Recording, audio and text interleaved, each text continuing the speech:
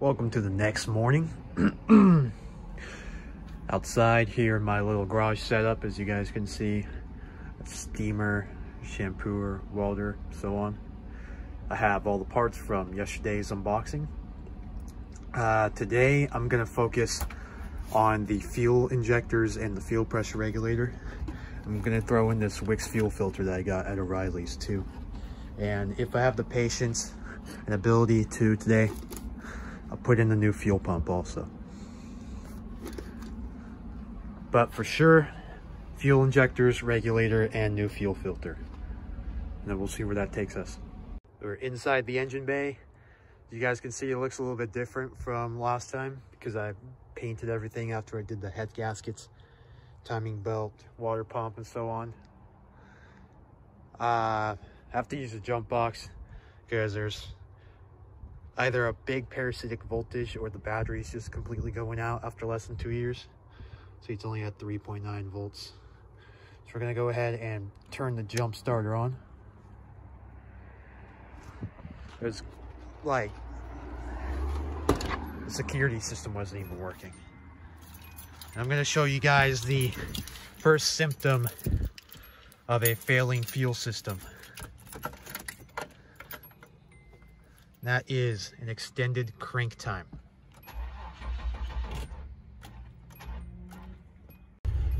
All right, got it to crank, but as you guys can see, she wants to die. Getting good voltage.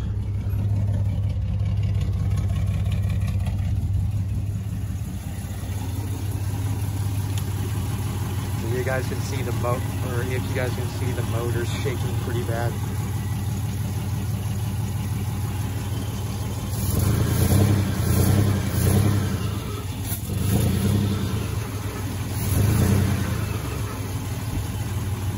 Yeah, we definitely gotta get all this off. It's gonna be fun. Just to pull out the fuel pump fuse. That's this one right here. And it's going to be a pain without some pliers. Let's see if this size works. I don't think you guys have ever seen inside of there either. Yeah, this will be perfect. Focus it. Okay, I'm going to run it up. I'm going to purge all the fuel system pressure.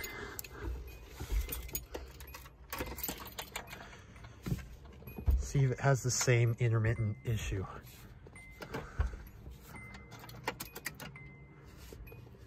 Okay, ready? Okay, good. Exactly what I wanted. See. Until it doesn't want to start anymore. Okay, good.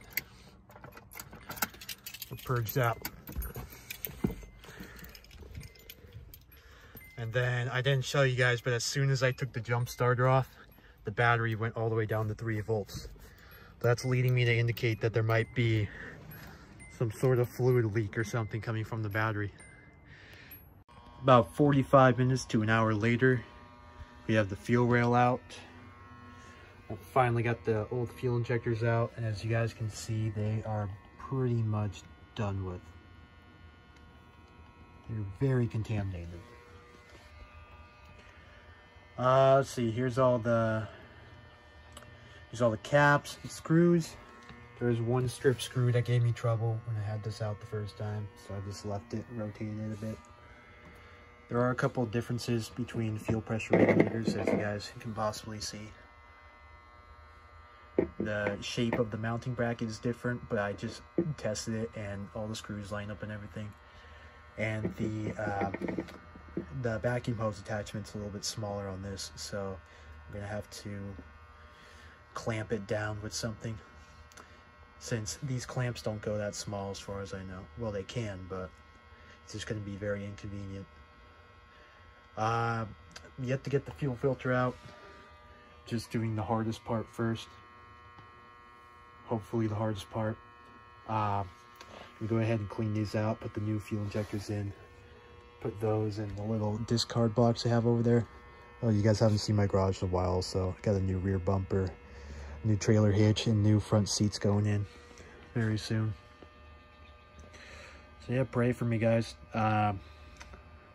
This is going to take a lot of patience. So I'm just going to clean these out, put in the new fuel injectors, slap on the new regulator, and then throw the fuel rail back in, and then I'll do the fuel filter.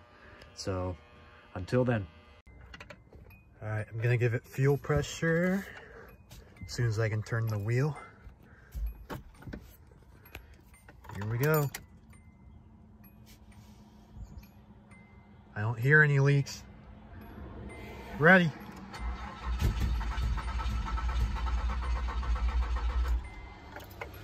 Oh boy.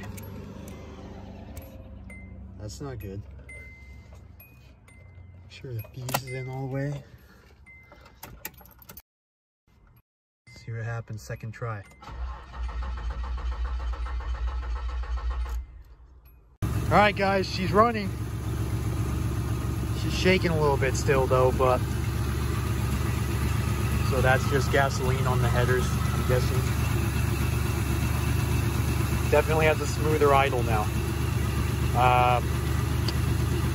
Yeah, it just took a couple times for it to start, and then after holding the gas pedal a little bit, it finally just smoothed out. It's running. I'm gonna see what happens after she warms up a little bit, and then maybe take her on the test drive to see if she runs. I should say runs smoothly. Still doesn't work when the jump box isn't on, which means the battery might need to be replaced. So let's see what happens. Yeah, she's definitely not shaking anymore.